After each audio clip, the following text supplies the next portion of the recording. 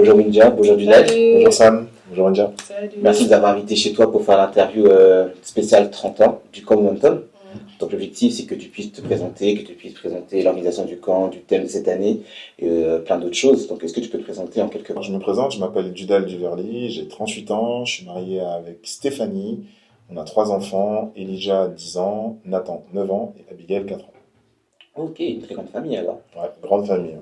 Ok, top. Donc tu es le directeur du camp Momentum depuis... 2016, depuis 2016 quand même, ça fait 9 ans. 9 ans, ouais, ça fait du temps, c'est beaucoup de temps. Donc tu es devenu directeur. Est-ce que tu peux nous expliquer comment tu es devenu directeur, la passation avec l'ancien directeur et est-ce que tu as eu des appréhensions?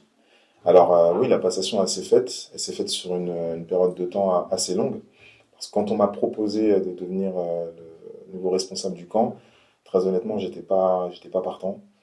J'étais pas partant pour plusieurs raisons. La première, c'est que organiser un camp, c'est énormément d'investissement, de travail. Et très honnêtement, je m'en sentais pas capable.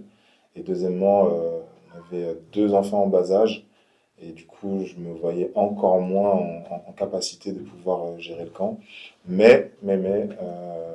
Dieu a fait que j'ai fini par accepter.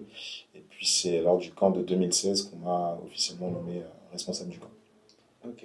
Donc ça fait depuis 2016, le camp 2017 que tu as commencé à organiser le camp. Ouais, C'est ça, avec toute ton exactement. équipe. Donc, est-ce que c'est compliqué d'organiser un camp? Est-ce que c'est compliqué? Est-ce qu'il y a beaucoup de choses à faire? Est-ce que ça a beaucoup de pression? Alors, très honnêtement, et même après 9 ans, il y a toujours une certaine appréhension. Il y a toujours énormément de choses à organiser.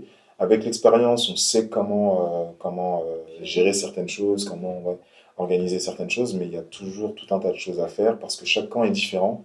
On va à un lieu différent chaque année, donc il y a une problématique quand même d'organisation qui se pose pour chacun de ces lieux. Et donc, on doit gérer tout ce qui est l'organisation en amont, donc les inscriptions, trouver le lieu, le trajet en transport, la comptabilité, comment récolter les fonds. Donc, toutes ces choses-là font partie de l'organisation, en plus du programme de la semaine. Et généralement, les jeunes, quand ils participent au camp, ils voient le programme plus ou moins fini. Mais autour de ça, il y a vraiment beaucoup de choses à faire au niveau de l'organisation. Ok, je vois. Et donc ça fait 9 ans que tu organises. Mhm. Donc ça prend 9 ans de ta vie, comme ça a pris 9 ans de ta vie. Ouais, Donc vraiment. franchement, est-ce que parfois tu regrettes pas en fait le temps que tu as investi? Est-ce que tu aurais pu investir autre chose pour faire autre chose? Surtout que tu es marié avec des enfants. Ouais. Ils sont petits en plus. C'est ça Ouais, en plus. clair. Est-ce que tu regrettes pas en fait?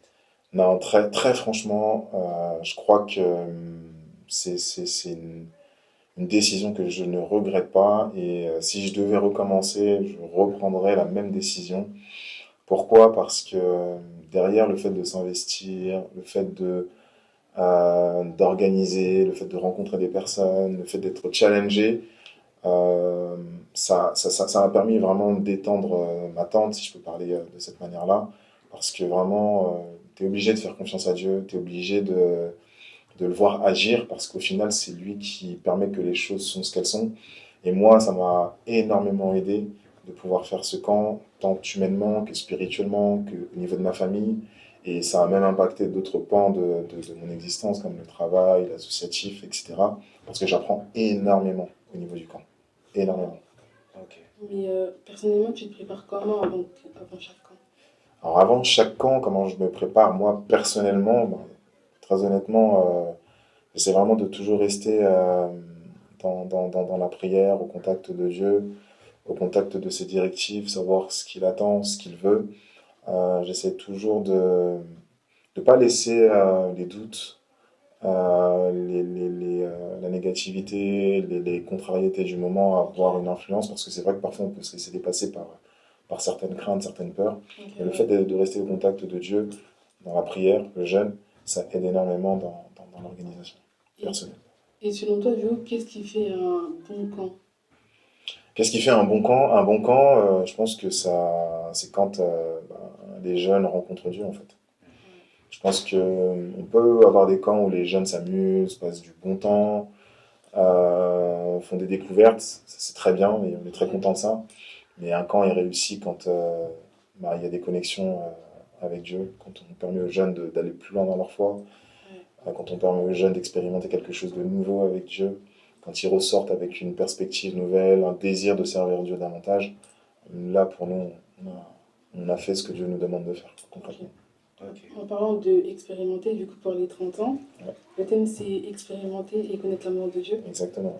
Et qu'est-ce qui vous a amené à choisir ce thème pour les 30 ans quand même? Parce que 30 ans, c'est pas petit. Ben, 30 ans, c'est long. 30 ans, c'est aussi un chiffre un peu symbolique dans les Écritures parce que Jésus, il a commencé son ministère public à l'âge de 30 ans. 30 ans, ouais. Et moi, personnellement, pourquoi ce thème est venu, c'est parce que je pense que le camp de jeunesse, c'est une histoire d'amour. C'est vraiment Dieu qui nous a fait grâce durant toutes ces années de pouvoir toucher, impacter les jeunes, transformer des vies, modifier des trajectoires de vie qui peut-être n'étaient pas amenées à être ce qu'elles sont aujourd'hui. Et ça, c'est vraiment la grâce de Dieu, l'amour de Dieu qui a été déversé dans la vie de tout un chacun, des responsables, mais aussi des jeunes.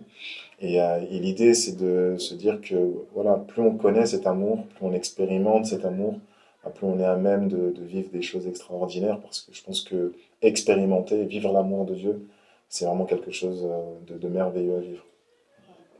On a vu qu'en 2017, on t'avait aussi interviewé. Exactement. Et là, c'était pour ton premier camp. Ouais. Et là, c'est les 30 ans. Donc, comme on a dit, c'est comme un gros camp. Donc, est-ce que tu as des a priori vis-à-vis des anciens camps? Alors oui, c'est vrai que la dernière interview en 2017, c'était à l'issue du premier camp. Et je me souviens, c'était vraiment à la fin de l'événement, parce qu'on avait fait l'interview sur place, au Ok. Luxembourg. Ok. Et du coup, j'étais quand même soulagé parce que c'était le premier camp. Et voilà, la pression commençait à retomber. Et donc, on était content de ce qu'on avait pu faire. Et c'est vrai que c'était un bon moment, une belle expérience. Et là, pour ces 30 ans, bah là, je suis avant le programme. Ouais. Donc, du coup, je commence à sentir la pression. Mais encore une fois, on s'appuie sur Dieu, on fait confiance à Dieu. Mais c'est vrai que voilà, on s'attend à ce qu'il y ait du monde. Et c'est vrai que c'est un challenge, un défi organisationnel parce que bah, typiquement, là, on va reprendre le train. La dernière fois qu'on a pris le train, c'était en 2004. Et donc voilà, c'est quelque chose de nouveau. Donc voilà, et on s'attend à, comme je l'ai dit, à beaucoup de participants. Et donc voilà, c'est toujours, voilà, il y a toujours petite appréhension quand même, on va pas se mentir. Mais on fait confiance à Dieu. Bah, du coup, vous attendez beaucoup de monde. Ouais. Mais les gens là, je vois, ça parle beaucoup. Hein. Ça parle surtout tarif. Ah, Ça tarif. parle surtout de prix parce que cette année c'est 450 euros. Et beaucoup de jeunes ne comprennent pas en fait pourquoi ce tarif. Et donc je pense qu'on va profiter de ce moment-là pour bien leur expliquer à quel point le tarif il est bas comparé à tout ce qu'on va vivre pendant une semaine et demie. Donc je voudrais que tu leur expliques tout ce qui leur attend durant ces 10 jours au camp Momentum. D'accord. Alors, sur la question du tarif, c'est vrai que 450 euros, c'est une somme. Quand on ne travaille pas nécessairement, quand on n'a pas des fonds qui tombent tous les mois sur son compte en banque, 450 euros, c'est quand même un gros billet. Et je peux comprendre que cette somme, elle peut impressionner. Mais c'est vrai que dans ces 450 euros, il est important quand même de considérer tout ce qu'il y a dedans. Dans les 450 euros, on a le transport à l'aller et au retour, depuis Paris jusqu'à Toulouse et le transfert de Toulouse jusqu'à Masseube, parce qu'on va à Masseube très précisément. On a la pension complète pendant 10 jours.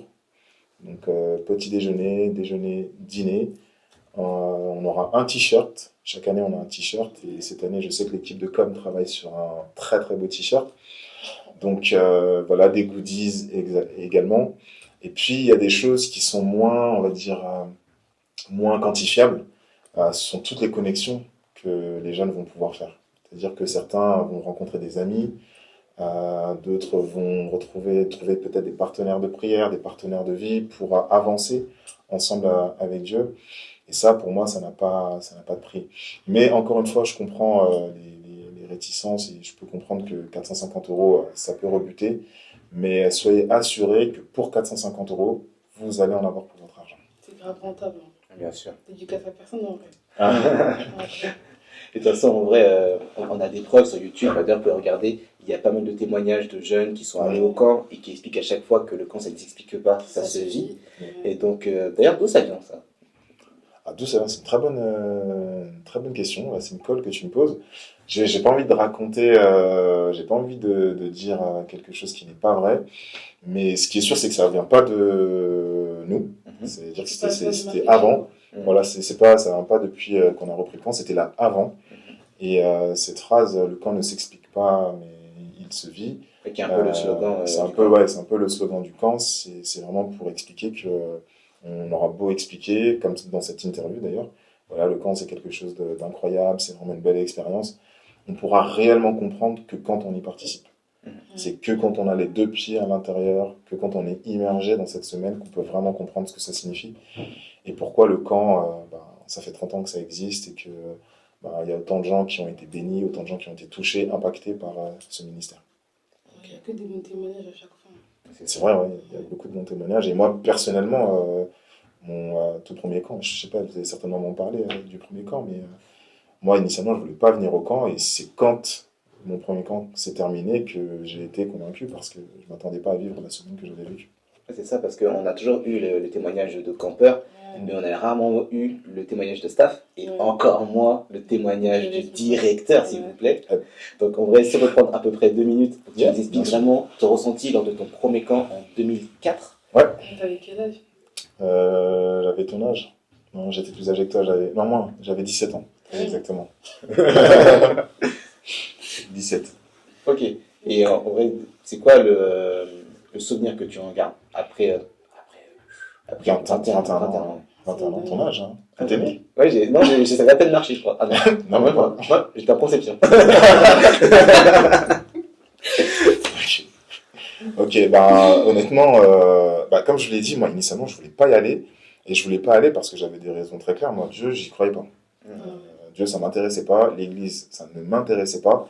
Et me retrouver enfermé pendant une semaine avec tout plein de chrétiens. Ouais, c'était vraiment pas ma tasse de thé. Et très honnêtement, non, merci. Et puis, au final, je me suis aperçu que les jeunes avec qui j'étais, ils vivaient plus les mêmes choses que moi, en fait. Les mêmes questionnements, les mêmes défis, les mêmes problématiques. Mais ils avaient Dieu, en plus. Et moi, ça m'a interrogé. Donc, dans la semaine du camp, bon, j'avais quand même cette réticence. Et c'est vraiment au sortir du camp que, y a quelque chose qui s'est passé, moi. Je n'allais presque plus à l'église. En tout cas, j'évitais au maximum, j'esquivais, je dormais, je restais sous la couette avant le camp. Et après le camp, j'étais toujours prêt à aller à l'église. Et là, il y avait vraiment quelque chose qui avait changé à ce niveau-là par rapport à moi. Et ça, je pense que c'est vraiment Dieu, par le Saint-Esprit, qui avait commencé à travailler mon cœur. Et 1 an après, donc en 2005, c'est là que j'ai donné ma vie à Christ. Et depuis, je suis là. Ça doit pas dire. Ouais, ça doit pas dire. Du coup, tu fais les camps depuis 2004. Ouais. Tu les as fait chaque année jusqu'à présent? Non, je les ai pas tous faits. J'ai pas fait 2005, alors que j'aurais pu celui-là, mais je l'ai pas fait. 2006, j'y suis retourné. Je n'ai pas fait 2007-2008, et en fait, j'y suis depuis 2009. Ok, donc déjà depuis 10 ans en fait. C'est ça. Ah ouais, plus de 10 ans, oui. Là, ça fait 15 ans sans discontinuer. Ok. Dernièrement, on m'a dit que le camp, ça peut être redondant. Ouais. Qu'est-ce que... Toi, t'en penses quoi? T'as fait beaucoup de camps. Moi, personnellement, je dis que chaque camp est différent. Ouais. Donc du coup, toi, comment tu peux répondre à cet avis-là, à cette crainte que ce soit redondant? Alors, oui, le programme en tant que tel, si on regarde vraiment intrinsèquement, le programme, dans sa structure, il change pas tant que ça. Le camp, il a toujours reposé sur 2 piliers, c'est l'enseignement, la louange. Ça veut dire qu'on veut vraiment encourager les jeunes à être des adorateurs, encourager les jeunes à louer, à servir Dieu. Et on a également le deuxième pilier qui est l'enseignement. On veut encourager les jeunes à vraiment à s'approprier la parole de Dieu, à vraiment vivre la parole de Dieu, à vraiment être attaché à la parole de Dieu. Et ça, clairement, c'est des choses qui sont des piliers au niveau du camp. Alors chaque année, oui, on va avoir ces 2 piliers dans le programme du camp.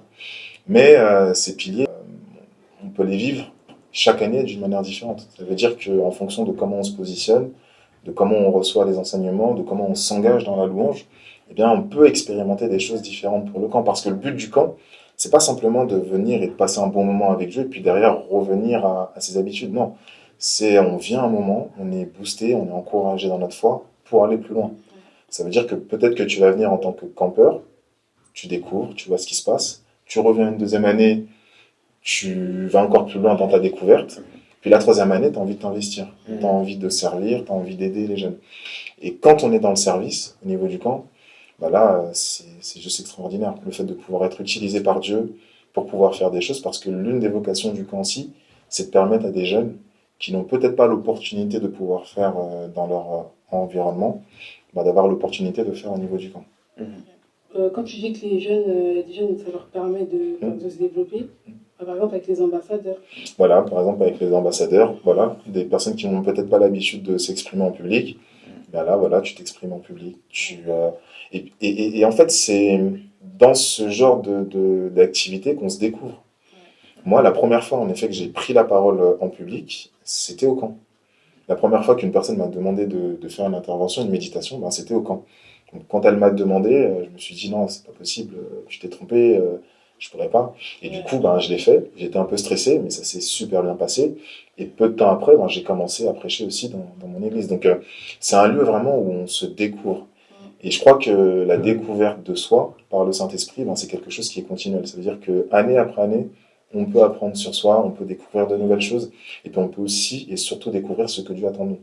Comment le servir, pourquoi le servir, et comment on peut être un instrument à sa gloire. Moi, perso, je suis un témoignage vivant. Moi, pour de vrai, la loi, je l'ai vraiment découverte et pratiquée au camp. Yes. En 2023, pour de vrai en 2023. Ouais, j'ai servi en 2023. Vraiment. Et pour ma part, bah, quand on m'a donné la responsabilité d'être ambassadeur, franchement, ça m'a ouvert beaucoup de portes. Hein. Franchement, je me rappelle très bien la première fois, on m'a dit ouais, est-ce que tu as envie de devenir ambassadeur? On sent qu'il y a quelque chose en toi, un potentiel. J'y croyais zéro, j'ai fait arrêter. C'est bon, il y a des personnes qui sont des meilleurs parleurs que moi, qui ont vraiment cette voix pour parler. Je me suis dit non, c'est pas pour moi ça. Et en fait, finalement, je me suis dit bah écoute, Seigneur Dieu, si tu vois ça en moi, ok, on va essayer quelque chose. Et on a pu faire pas mal de choses ensemble, on a pu aller dans des églises pour parler du camp, on a pu faire pas mal d'activités, etc. Et vraiment, ça m'a permis de me rendre compte que avec Dieu, tout est possible. Et que vraiment, qu'on ne va pas se limiter à ce que disent les autres, aux critiques, à ce que dit le monde de nous, mais vraiment faire confiance à Dieu, lui remettre tout entre ses mains, notre talent, parce que c'est lui qui nous l'a donné, afin qu'on puisse totalement œuvrer pour son œuvre et pour ses projets. Yes. C'est vrai, ça, c'est l'une des choses qui est importante au niveau du camp, c'est que là où on va avoir tendance à regarder à l'apparence et au charisme ou ce genre de choses, c'est vrai que le camp permet à des personnes même timides, parce que moi à l'époque j'étais quelqu'un de très renfermé, de très timide, je sais que vous ne croyez pas, mais j'étais vraiment très timide. Dieu regarde au cœur. Et c'est vrai que le camp a cette faculté de voir au cœur. C'est-à-dire de voir que là, dans ce cœur, il y a un réceptacle que où Dieu peut se déverser pour être un instrument pour les autres. Et ça, c'est quelque chose de très important. Et le camp, ben voilà, hein, il y a plein de jeunes qu'on n'attendait pas nécessairement, d'après notre conception des choses, d'après notre regard. Mais Dieu, lui, voyait. Et Dieu a permis que beaucoup de jeunes émergent par le biais du camp. Pour toi, quel a été ton meilleur camp et le plus difficile à organiser, par exemple? Alors, mon meilleur camp, celui où j'ai vraiment beaucoup aimé, il y en a plusieurs. Hein. Le premier en 2004, bien entendu. 2010, le premier que j'ai fait avec Steph. On était déjà ensemble, je tiens à le préciser. On n'a rien. On n'a rien dit. On n'a pas de dossier. Non, très honnêtement, le dernier, c'est pour ça que c'est assez paradoxal, parce que quand tu me parlais de redondance, on pensait qu'avec le temps, c'est de moins en moins intéressant. Mais en fait, non, mon camp vraiment qui m'a le plus marqué, c'est celui de 2023. Donc, pas celui-là, celui de l'année dernière. J'ai vraiment vécu un camp extraordinaire en tout point. Généralement, moi, à la fin du camp, j'ai envie d'une chose, c'est rentrer chez moi, me reposer et dormir. Et c'est vrai que l'une des premières fois, j'avais encore envie de rester. Parce que j'avais vraiment beaucoup aimé au niveau du staff. Il y avait une telle cohésion, une telle unité. D'ailleurs, big up à chacun de vous. Il y avait les afters, il y avait des temps où on pouvait échanger, prier ensemble. Il y avait aussi des imprévus, c'est-à-dire que voilà, le Saint-Esprit changeait complètement la dynamique du programme et des choses extraordinaires arrivaient. On devait aller voir, si vous vous en souvenez, vous étiez là, Dan Lutel. Le concert de Dan Lutel. On était parti expressément pour ça. Et dans l'après-midi, le Saint-Esprit avait complètement changé le programme. Et du coup, on était resté à prier jusqu'à je ne sais plus quelle heure. Après, on a eu des temps de témoignage où on s'encourageait les uns les autres. Bref, ce camp, pour moi, il a une place quand même particulière. Et puis, le gérant, C'était un gérant chrétien. J'ai jamais travaillé avec une personne si simple, aussi fluide. Et ça aussi, je pense que ça aide. Et puis j'ai dormi dans une tente. Peut-être que ça la rend aussi un peu particulière. Merci pour ton sacrifice. Ça a payé, hein. Ah oui, bah, s'il faut dormir dans les tentes chaque année pour ça, il n'y a aucun problème. Ok, ça marche. Alors, avant qu'on se quitte, est-ce que tu aurais un petit mot pour nos compères qui nous regardent? Ouais, ben, j'ai fait une prière là récemment. Et la prière que j'ai faite à Dieu, c'était Dieu envoie pour ce 30e camp ben, toutes les personnes qui doivent être là. En gros, si tu sens que une raison quelconque, hein, tu sens que tu dois être là, arrête de repousser à demain, vas-y, fonce, inscris-toi, viens, parce que je crois que c'est vraiment Dieu qui t'appelle et qui t'attend. Parce que je pense que durant ces 30 ans, même si ça va être beaucoup de festivités, Dieu a quand même quelque chose à faire, il a même beaucoup de choses à faire, et si tu sens que tu dois être là, ben moi je veux juste t'encourager à venir et à participer à cette 30e édition, et je peux t'assurer que tu ne vas pas le regretter. Voilà. Ok, merci encore, Judal. Merci, Merci. Wilja. Merci. D'accord. Merci à vous. Donc, on se retrouve sur les réseaux. Il y a les vidéos témoignages dans la description si vous voulez. Ouais. Et les inscriptions s'arrêtent le 15 juin, donc dépêchez-vous. Allez, bisous. Bisous.